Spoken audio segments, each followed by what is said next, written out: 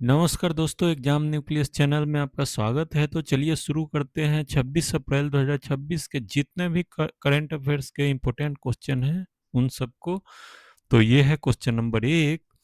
Apple ने अप्रैल 2026 में ऐतिहासिक सीईओ बदलाव की घोषणा की। जॉन टर्नर्स कब से सीईओ होंगे? टिम कुक की नई भूमिका क्या है? और टर्नर्स 2001 से पहले किस पद पर थे? तो ये एप्पल कंपनी में बहुत बड़ा बदलाव होने जा रहा है। तो इसके बारे में सही ऑप्शन है ऑप्शन बी। 1 सितंबर 2026 से सीईओ होंगे। 8वें CEO Tim Cook executive chairman बने रहेंगे। पहले एप्पल में टर्नर्स एसवीपी हार्डवेयर इंजीनियरिंग और 2001 से एप्पल में है यूपिन से मैकेनिकल इंजीनियर हैं। तो डिटेल देखते हैं।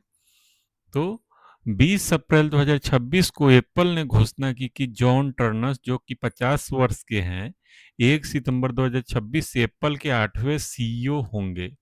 टिम कुक जो 65 वर्ष के हो गए हैं एग्जीक्यूटिव चेयरमैन बने रहेंगे। वे 2011 से एप्पल सीईओ थे और उनके नेतृत्व में एप्पल 4 ट्रिलियन की कंपनी बनी है। टर्नर्स 2001 से एप्पल में है। यूनिवर्सिटी ऑफ पेंसिल्वेनिया से मैकेनिकल इंजीनियरिंग इन्होंने की है। 2013 में वीपी हार्डवेयर इंजीनियरिंग, 2021 में एसवीपी हार्डवेयर इंजीनियरिंग बने।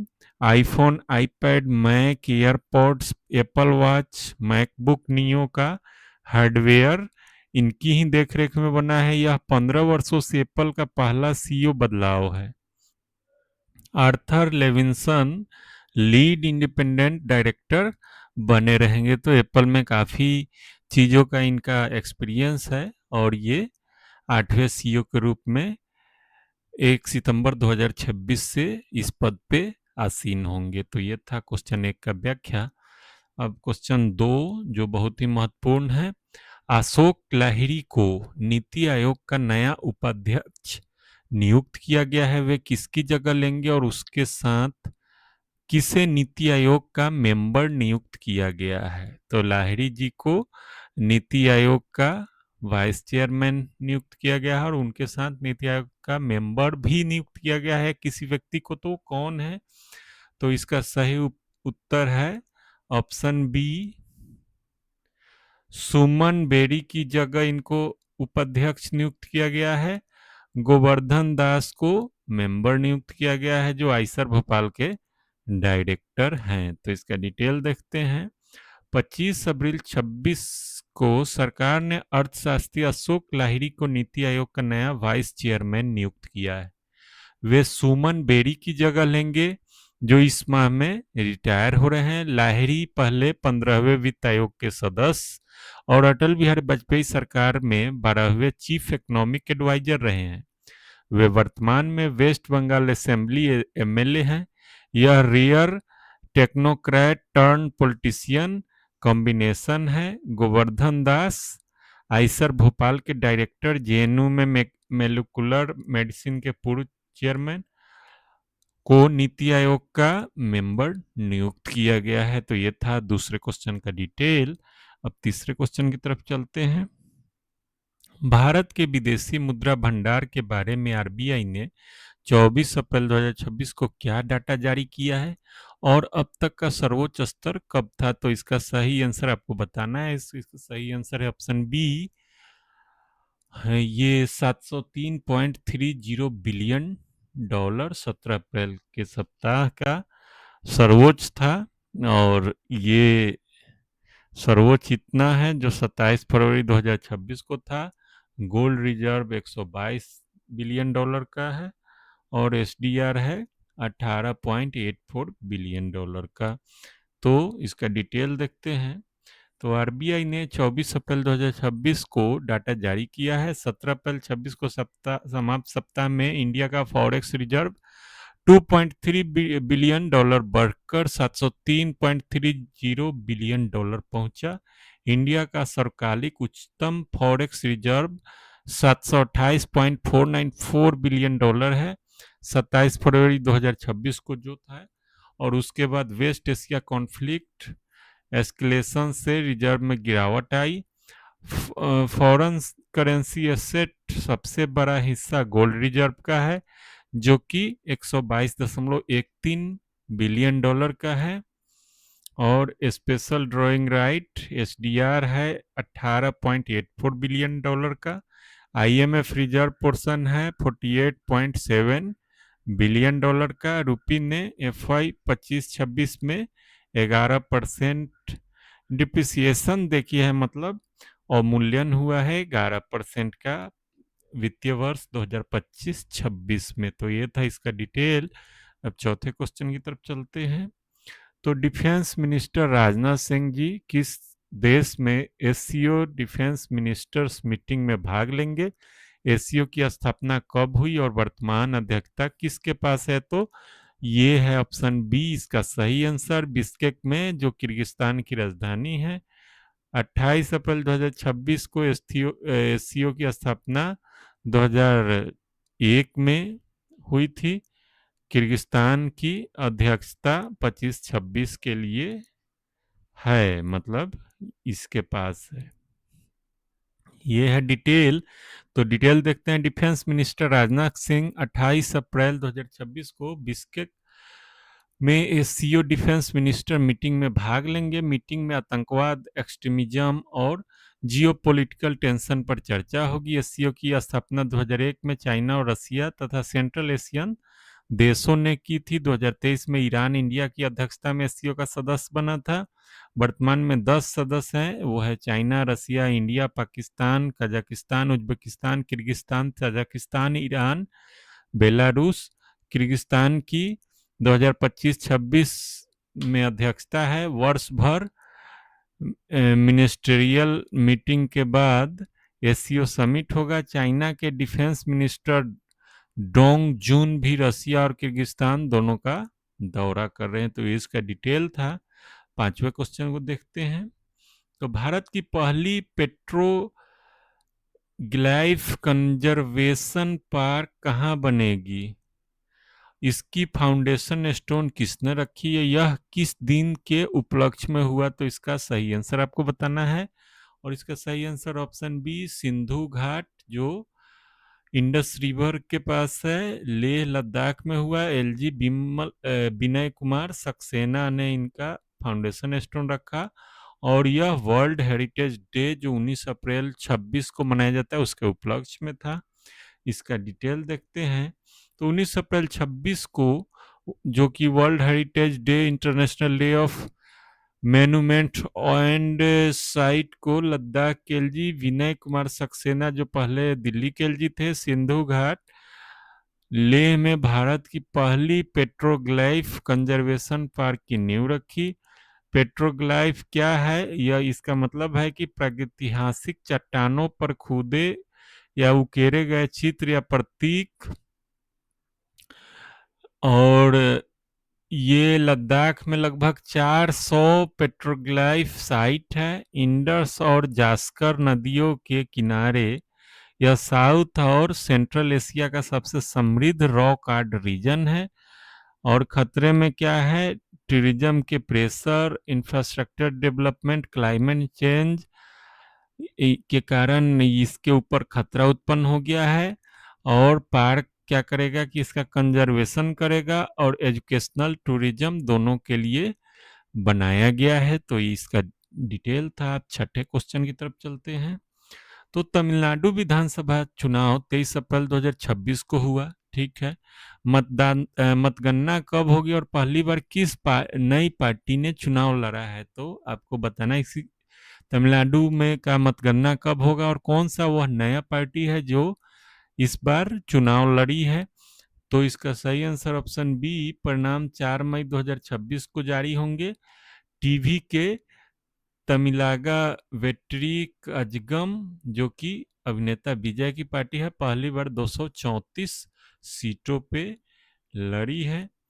तो इसका जो ये नई पार्टी है उसका मुकाबला डीएमके, जो एमके स्टेलिन है, और एआईएडीएमके, जो जयललिता की पार्टी, और बीजेपी अलायंस दोनों मिलके इनके खिलाफ ये लड़ा है। तमिलनाडु में रिकॉर्ड 85% वोटिंग हुआ है। 2021 में डीएमके ने 234 में से 159 सीटें जीती थी। 10 मई 2026 को वर्तमान असेंबली का कार्यकाल समाप्त होगा। टीवी ने कहा है एंटी करप्शन और यूथ एम्पावरमेंट के ऊपर उसका ध्यान केंद्रित होगा। देखते हैं वो पार्टी चुनाव में बढ़त लेती है या नहीं, ये आने वाला भविष्य तय करेगा। तो चलिए 7वें क्वेश्चन की तरफ चलते हैं। तो सुप्रीम कोर्ट ने अप्रैल 2026 में रिप्रोडक्टिव ऑटोनॉमी पर एक लैंडमार्क जजमेंट दिया है। क्या निर्णय दिया गया है? तो इसका सही आंसर है ऑप्शन बी, और इसका डिटेल देखते हैं क्या है जो। तो अप्रैल 2026 में सुप्रीम कोर्ट ने एक महत्वपूर्ण जजमेंट में 15 वर्षीय लड़की को 31 सप्ताह की प्रेगनेंसी मेडिकली टर्मिनेट करने की अनुमति दी है। कोर्ट ने स्पष्ट किया है कि reproductive autonomy article 21 right to life and personal liberty के तहत फंडामेंटल राइट है। Medical termination of pregnancy act 1971 में 2021 में संशोधन हुआ था, जिसमें रेप सर्वाइवर्स के लिए 24 वीक लिमिट और स्पेशल केस में इससे अधिक की अनुमति थी। तो सुप्रीम कोर्ट ने कहा कि एक महिला को अपना शरीर पर निर्णय लेने का अधिकार उसकी कॉन्स्टिट्यूशनल डिग्निटी का हिस्सा है। यह जजमेंट वुमेन्स राइट और एमटीपी एक्ट की समझ के लिए महत्वपूर्ण है। तो ये लैंडमार्क जजमेंट दिया गया है सुप्रीम कोर्ट द्वारा। चलिए 8वें क्वेश्चन को देखते हैं। तो नमो ड्रोन दीदी योजना एनडीडीवाई में किस राज्य ने सबसे अधिक महिला एसएचजीस को ड्रोन पायलट के रूप में प्रशिक्षित किया है? यह योजना किस मिशन के तहत है? तो इसका सही आंसर आपको बताना है, और इसका सही आंसर ऑप्शन बी, कर्नाटक के द्वारा सबसे अधिक महिलाओं को प्रशिक्षित किया गया है। और दीनदयाल अंत्योदय योजना नेशनल रूरल लाइवलीहुड मिशन के तहत है, और 15,000 ड्रोन 2024-25 से 25-26 तक के लिए है इसमें आवंटित। तो इसका डिटेल है कि कर्नाटक ने नमो ड्रोन दीदी योजना के तहत सबसे अधिक वुमेन सेल्फ हेल्प ग्रुप को ड्रोन पायलट के रूप में प्रशिक्षित किया है। एनडीडीवाई एक सेंट्रल सेक्टर इनिशिएटिव है जो दीनदयाल अंत्योदय योजना नेशनल रूरल लाइवलीहुड मिशन के तहत चलती है। उद्देश्य है वुमन लेड एसएचजी को ड्रोन टेक्नोलॉजी से सशक्त बनाना, कृषि सर्विस, लिक्विड फर्टिलाइजर्स और पेस्टिसाइड स्प्रेइंग के लिए ड्रोन को रेंटल सर्विस प्रदान कराना है। और 2024-25 से 25-26 के लिए 15,000 ड्रोन चयनित एसएचजी को डिस्ट्रीब्यूट किए जाएंगे। नमो ड्रोन दीदी पीएम मोदी ने नवंबर 2023 में लॉन्च किया था इस योजना को। तो ये था इसका डिटेल। अभी 9वां question, FAO food price index के बारे में क्या सही है और इसकी गणना कैसे होती है? तो आपको बताना इसका सही आंसर, और इसका सही आंसर ऑप्शन बी, ये एफएओ जारी करता है। मार्च 2026 में बढ़ा मिडल ईस्ट कॉन्फ्लिक्ट से एनर्जी कॉस्ट बढ़ने के कारण, और 5 कमोडिटी ग्रुप है, सेरल, वेजिटेबल्स और इत्यादि। तो देखते हैं कि संयुक्त राष्ट्र के खाद्य एवं कृषि संगठन द्वारा जारी किया जाता है क्या? तो फूड प्राइस इंडेक्स यह मंथली बेसिस पर आधारित खाद्य वस्तुओं की कीमतों में बदलाव मापता है। 5 कमोडिटी ग्रुप वेटेड एवरेज जैसे अनाज है, तेल है, डेयरी प्रोडक्ट है, मांस है, शुगर है और वेट्स है, इन कमोडिटी को एवरेज एक्सपोर्ट शेयर पर आधारित होता है। बेस पीरियड है 14 से 16। मार्च 2026 में इंडेक्स बढ़ा है। मुख्य कारण है मिडल ईस्ट कॉन्फ्लिक्ट से एनर्जी कॉस्ट में वृद्धि। एफएओ का मुख्यालय रोम इटली में है। इंडिया एफओ का फाउंडिंग मेंबर है और $4 बिलियन से लार्जेस्ट बेनिफिशियरी इसको बनाता है। चलिए 10वां क्वेश्चन, तो वर्ल्ड वॉर फर्स्ट में शहीद हुए 33,000 भारतीय सैनिक को हाल ही में कहाँ सम्मानित किया गया है जो अब तक मिसिंग थे? मतलब 33,000 सैनिक वर्ल्ड वॉर प्रथम में मिसिंग थे, तो उनको कहाँ पे सम्मानित किया गया है? तो इराक में बसरा मेमोरियल में इनका नाम जोड़ा गया है, जो फर्स्ट वर्ल्ड वॉर में अब्सेंट थे। तो इसका डिटेल है कि प्रथम विश्व युद्ध जो 1914 से 18 तक में चला, इराक में लड़ते हुए, जो उस समय मेसोपोटामिया कहा जाता था, शहीद हुए 33,000 भारतीय सैनिक को नाम इराक स्थित बसरा मेमोरियल में अब कमोरेट किए गए हैं। ये सैनिक वर्ल्ड वॉर फर्स्ट में ब्रिटिश इंडियन आर्मी का हिस्सा थे और बसरा में की रक्षा में शहीद हुए थे, लेकिन उनका नाम मेमोरियल में मिसिंग थे।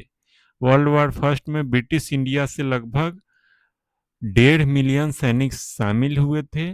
बसरा इराक मेसोपोटामिया कैंपेन का प्रमुख केंद्र था। यह कदम भारत के उन वीर सैनिकों को देर से सही पर उचित सम्मान को देना दर्शाता है। तो ये था इसका डिटेल। अंतिम क्वेश्चन को देखते हैं।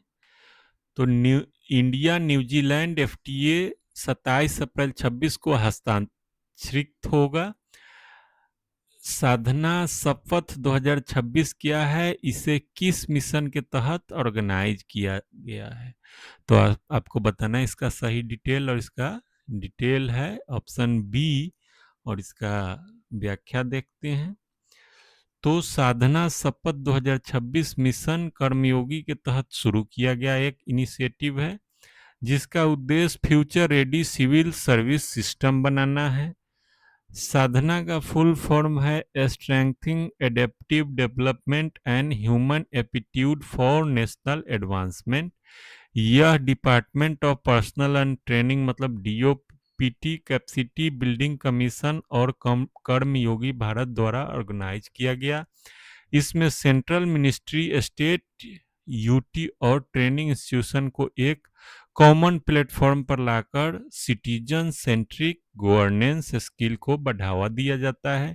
Mission Karmayogi national programme for civil service capacity building और एनपीसीएसबी पीएम मोदी ने सितंबर 2020 में लॉन्च किया था। सिविल सर्वेंट की कॉम्पिटेंसी आधारित लर्निंग का प्लेटफॉर्म है, जिसे कर्मयोगी भारत कहा जाता है। तो ये था इसका डिटेल, और आपसे अनुरोध है कि आप मेरे चैनल को ज़रूर सब्सक्राइब करें और वीडियो को उन लोगों को भी शेयर करें ताकि उनको भी इसका फ़ायदा मिल सके। Thanks for watching.